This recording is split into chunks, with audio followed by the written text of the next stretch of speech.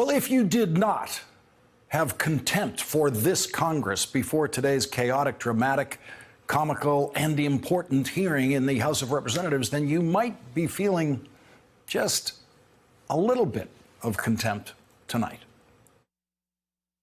Let me start by saying this is a stupid and ridiculous hearing. Republicans in the House of Representatives today once again tried and failed to prove that the connections of the Trump campaign to Russia should never have been investigated by the FBI because one of the FBI agents involved in that investigation agreed with the majority of American voters at the time that candidate Donald Trump should not be elected president. FBI agent Peter Strzok was the only witness in today's spectacle in the House of Representatives because he sent private text messages expressing his opposition to candidate Trump during the campaign. Because this was a House of Representatives hearing, most of it was irrelevant. That is not unusual in House hearings.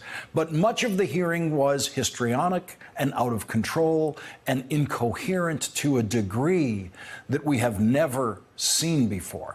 Agent Strzok's defense of his fairness and objectivity in his work as an FBI agent was this. I can assure you, Mr. Chairman, at no time in any of these texts did those personal beliefs ever enter into the realm of any action I took. Furthermore, this isn't just me sitting here telling you, you don't have to take my word for it. At every step, at every investigative decision, there are multiple layers of people above me, the assistant director, executive assistant director, deputy director, and director of the FBI, and multiple layers of people below me, section chiefs, supervisors, unit chiefs, case agents, and analysts, all of whom were involved in all of these decisions.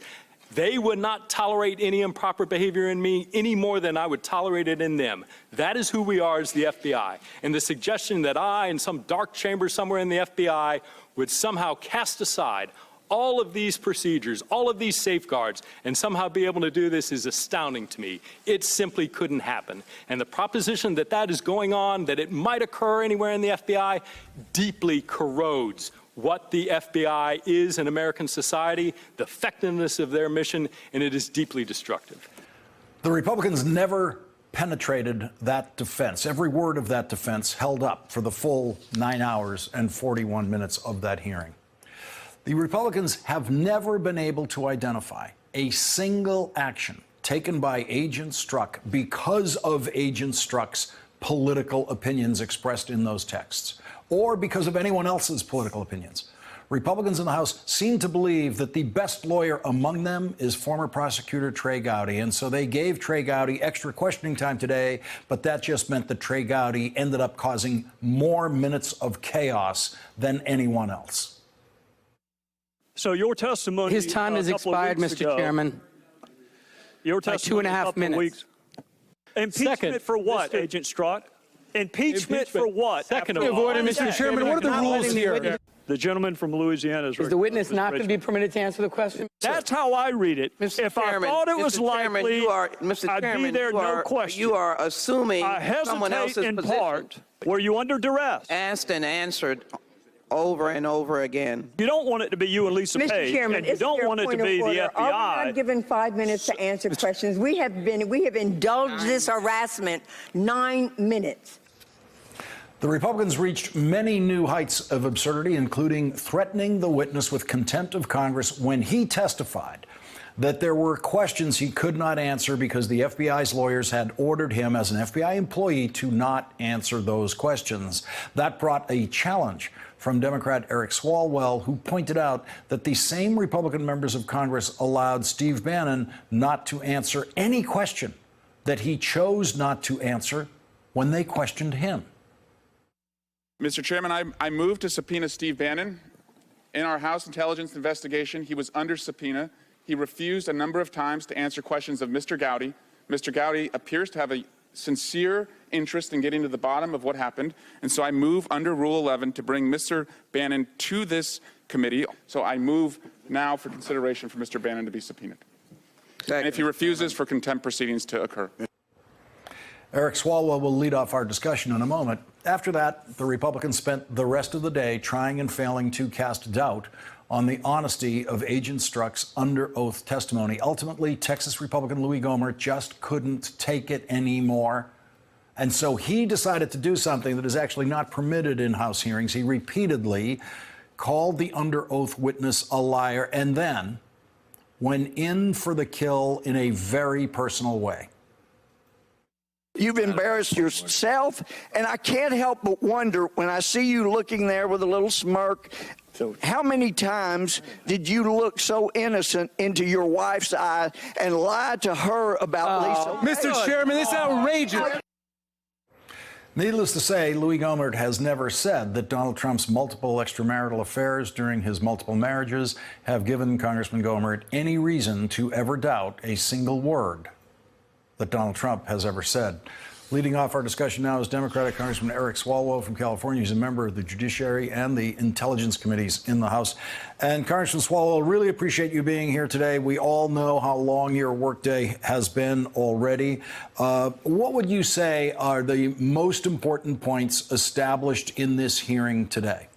Good evening, Lawrence. Of course, first would be wrong hearing, wrong priorities. We should be doing all we can as the Committee of Jurisdiction to reunite these kids who are separated, and wrong priorities if they are going to have Mr. Strzok come in, because he knew a lot about why the Russia investigation was launched. He was concerned about contacts that the campaign was having with the Russians, and they wanted to just focus on going back in time to Hillary Clinton's emails and undermining the Mueller investigation. But I pointed out in my questioning, one, that Mr. Strzok was not the only individual to close the Clinton investigation. There were a lot of people involved in that decision, and he was not the only individual to open the Trump-Russia investigation. So we were able to corroborate that there was a lot of other evidence out there. So even if you didn't like his text messages, and I don't, that is irrelevant to the mountain of evidence that existed that would warrant any FBI agent to be concerned about Donald Trump and his contacts with Russia.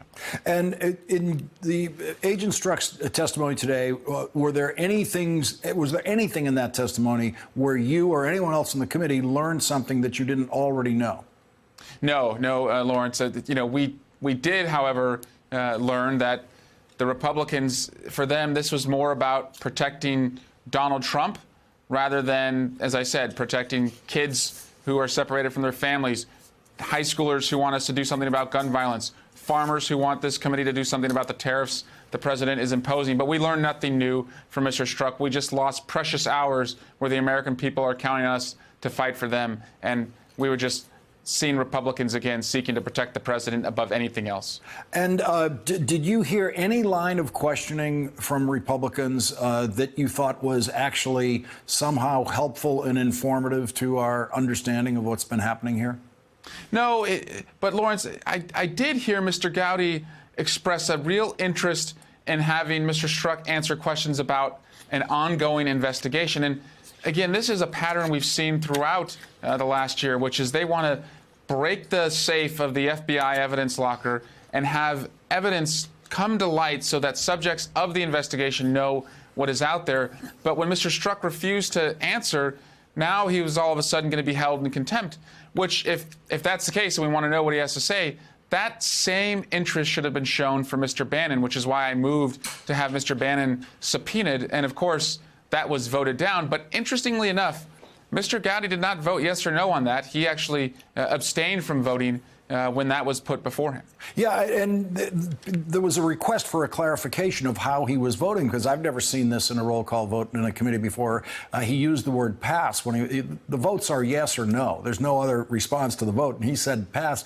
And so Democrats insisted on a clarification, and that's when he went silent when the roll call was called again. What do you make of that decision of his to not vote at all on that question that you raised? Well, I think he knows better. He wasn't going to give us a vote there, but I think he wasn't going to really contradict his position at the House Intelligence Committee, which was that Bannon should have been subpoenaed. So I think his silence actually spoke volumes, that he knew it was wrong to try and pursue a contempt proceeding against Mr. Strzok, but not to do that against Mr. Bannon and so many other Trump administration witnesses who refused to tell us anything. And by the way, Lawrence, We have now seen Peter Strzok and James Comey come before Congress. They raised their right hands, they went under oath, and they told us what they knew about the Russia investigation. The president continues to criticize them. However, what distinguishes them from him is that the president is unwilling to raise his right hand for special counsel. So it's his move. We're going to be joined in the discussion now by David Frum. He's the senior editor of The Atlantic. He's the author of Trumpocracy, The Corruption of the American Republic. David Frum, you've got 9 hours and 41 minutes of hearing testimony to react to. Take your pick. Look, if you're the lawyer for the Corleone family and your clients are super, super guilty, of course it's your duty to attack the investigators and to find some procedural offense. And that's your right, that's your job, and that's their right. But it doesn't make them honest, upright waste management specialists. We are watching today, at the same time on our other screen from what happened in Washington, we are watching an attack on NATO, an attack on the U.S.-UK alliance, Donald Trump trying to topple friendly governments, and in every way carrying out a Russian foreign policy agenda. And the question every American has is he doing this because he's misinformed, because he's impulsive, or is there some darker reason? And we need to get to the bottom of that. And the Republicans investigating the FBI are acting like lawyers for the Corleone family, and they are looking at some genuine procedural missteps that took place. But what they're not interested in the question of, what's the truth here? How are we going to defend the country? Is the president in some way compromised as we watch this wrecking ball that is happening in Europe and the prospect that 75 years of security arrangements are about to be destroyed by one man with this giant question mark hanging over his head? Carson Swalwell, it seemed to me that the Republicans, especially Chairman Goodlatte, were not ready for some of the parliamentary procedural challenges that you and your colleagues raised on the Democratic side as they were trying to just kind of steamroll the witness and demand that the witness answer questions that FBI lawyers had said he could not answer, threaten the witness with contempt charges in that setting.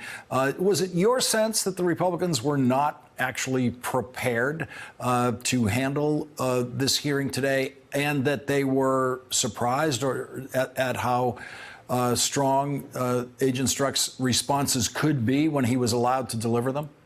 They were wholly unprepared. Lawrence, when I saw Mr. Strzok 2 weeks ago at our closed hearing deposition, I thought, oh boy, the Republicans, this is going to really backfire, because he's a pretty bright guy. He made a monumental error in judgment in some of those text messages, but he's a bright guy with a pretty sterling career, and I think you saw that on display today. But this is also the result of what's been building up over the past year, where we've seen the chairman use this committee to just go back in time, to keep revisiting the Hillary Clinton email investigation in every possible form. And so I think our members, you saw just kind of the release of that frustration. And we came ready to fight for our democracy and the rule of law.